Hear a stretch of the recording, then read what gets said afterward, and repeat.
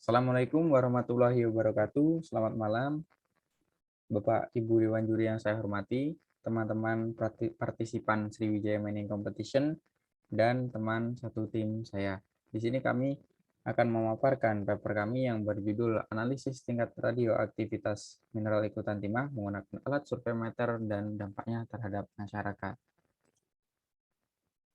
Kami dari tim Sporbusa, dari Politeknik Energi dan Pertambangan Bandung, penulis pertama Abraham Brami Tangkawaro, kedua Sigit Setiawan, ketiga Jaya Moses Senggolan. Yang pertama yaitu pendahuluan. Indonesia merupakan salah satu negara yang masuk ke dalam jalur timah terkaya di dunia atau Asia Tin Belt yang membentang mulai dari Cina, Thailand, Myanmar, Malaysia sampai ke Indonesia, menurut Skeward 1995. Kemudian menurut Badan Pusat Statistik pada tahun 2018, Indonesia merupakan produsen timah terbesar kedua di dunia. Dengan tercatat pada tahun 2017, capaian produksi menembus angka 69.600 ton atau sekitar 25% produksi timah di seluruh dunia. Kita ketahui bahwa produksi timah di Indonesia sebagian besar dilakukan di Kepulauan Bangka Belitung.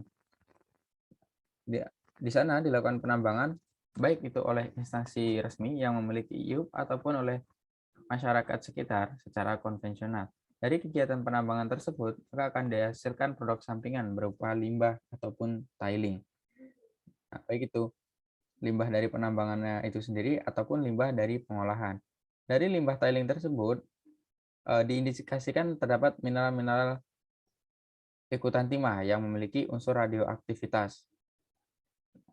Dari unsur tersebut, maka akan kami lakukan penelitian pada lokasi yang secara administratif terbagi ke 5 kecamatan, yang masing-masing kecamatan akan kita ambil 6 sampel dari tiling yang ada. Kemudian, mineral timah itu tidak dapat berdiri sebagai suatu unsur sendiri. Timah akan bersatu pada suatu senyawa atau mineral, dan pembawa utamanya adalah mineral kasiterit. Sekitar 80% dari kasiterit merupakan timah dengan rumus kimia SnO2. Kemudian mineral ikutan timah yang lainnya yaitu adalah zirkon, xenotim, ilmenit, dan monasit. Pada gambar pojok kiri bawah dapat dilihat adalah beberapa foto dari sampel kami yang telah didokumentasikan.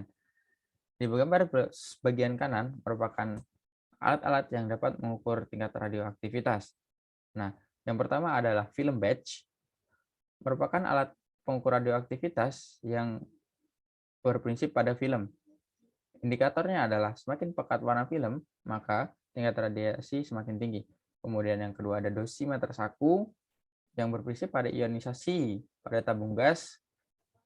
Kemudian ada dosimeter termo yang prinsipnya hampir sama dengan film batch, menggunakan film namun terbuat dari kristal fosfor dan penggunaannya harus dikenai suhu yang panas sehingga baru akan membaca tingkat radiasi. Kemudian yang terakhir adalah surveimeter. Alat ini mengukur intensitas radiasi secara langsung dengan cara menempelkan punggung alat surveimeter ke material yang akan kita ukur. Kemudian nilainya akan terbaca pada monitor layarnya dari alat. Kemudian tujuan dari penelitian kami yaitu menentukan tingkat radioaktivitas suatu mineral ikutan timah menggunakan alat ukur surveimeter. Hasil pengukuran berupa angka yang dapat digunakan sebagai acuan tingkat pencemaran radioaktif di area tambang dan tempat pembuangan tiling. Oke, selanjutnya oleh teman saya dipersilahkan. Baik, terima kasih. Di sini saya akan menjelaskan metode penelitian. Dan di sini kita menggunakan alat dan bahan. Yang pertama itu terdapat surveimeter Ringer SNR 312162, lalu botol yang berisi sampel, kemudian ada wadah dan alat tulis.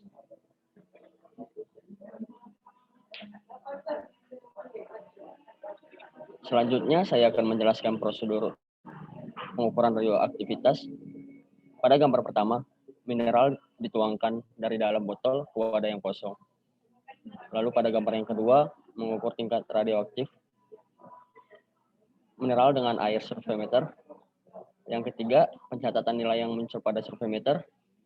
Yang keempat, penuangan kembali mineral ke dalam botol sampel. Selanjutnya kita melakukan pembersihan survei meter dari mineral yang tertempel dan letakkan survei meter ke bidang yang datar. Kemudian tunggu hingga terbaca 0,00 kembali. Dan yang terakhir, kita melakukan pengulangan prosedur pengukuran pertama sampai kelima menggunakan sampel mineral lainnya. Akan dilanjutkan oleh rekan saya. Oke, terima kasih atas kesempatan yang diberikan. Untuk hasil dan pembahasan, di sini ada grafik tingkat radioaktivitas mineral dengan membandingkan jumlah sampel dan tingkat radioaktivitas mineral dalam satuan mikrosievert per jam.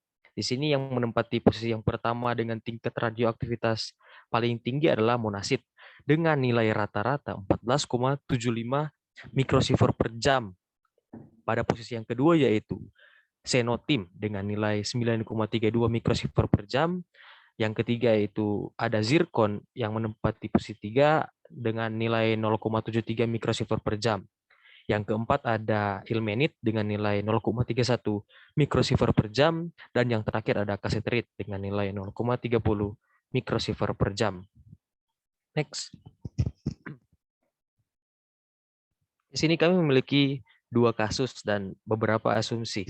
Yang pertama yaitu seorang pekerja yang bekerja 8 jam per hari dengan durasi 6 hari kerja dalam 1 minggu.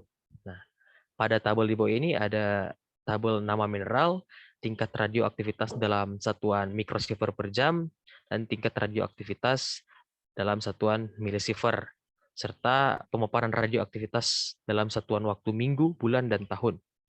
Di sini yang dapat kami highlight yaitu mineral monasit dan xenotim.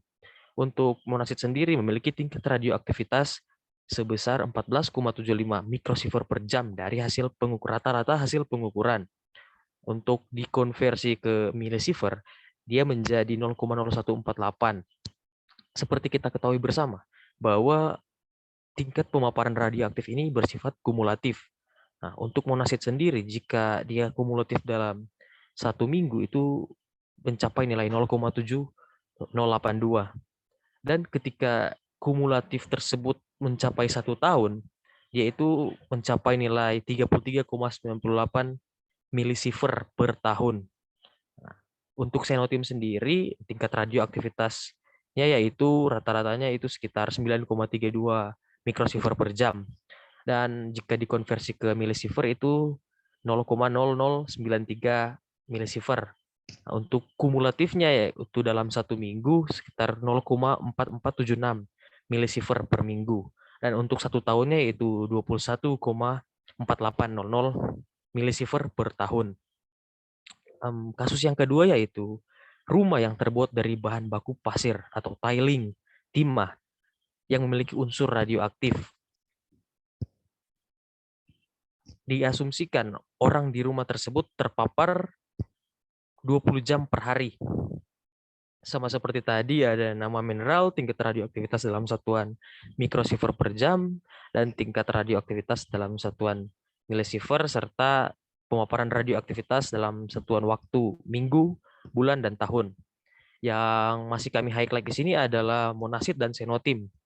Di sini monasit dan xenotim masih sama 14,75 dan 9,32 mikrosievert untuk rata-rata hasil pengukurannya. Dan untuk pemaparan 1 minggunya itu yang berbeda, dikarenakan dipengaruhi oleh pemaparan jam per harinya. Untuk monasit sendiri itu mencapai 99,14 milisievert per tahun, sangat tinggi, dan xenotim 62,66 milisievert per tahun. Next. Jadi dapat disimpulkan bahwa penelitian ini tingkat radioaktivitas pada daerah penelitian didapatkan tingkat radioaktivitas yang cukup tinggi yang berasal dari mineral monasit dan xenotim.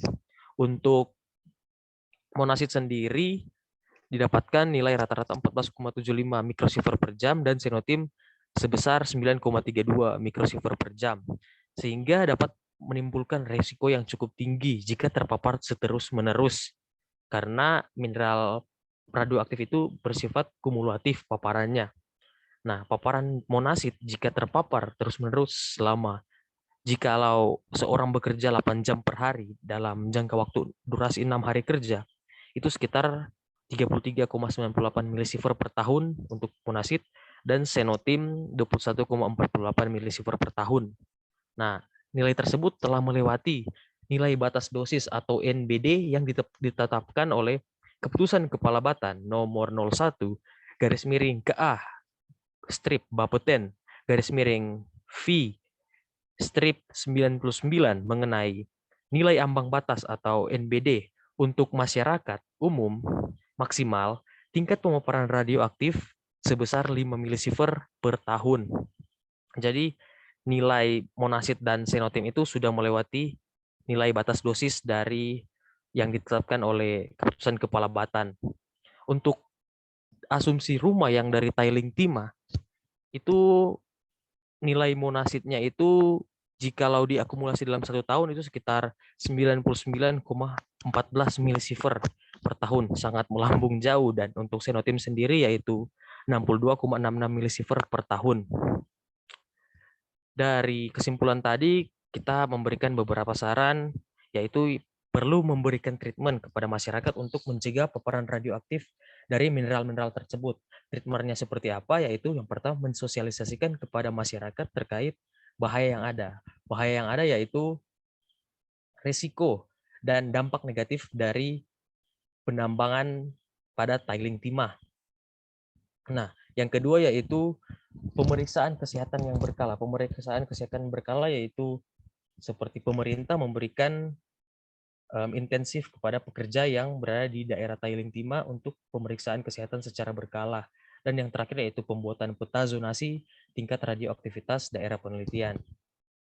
Mungkin itu untuk kesimpulan dan saran. Berikut ada beberapa daftar pustaka yang kami sadur.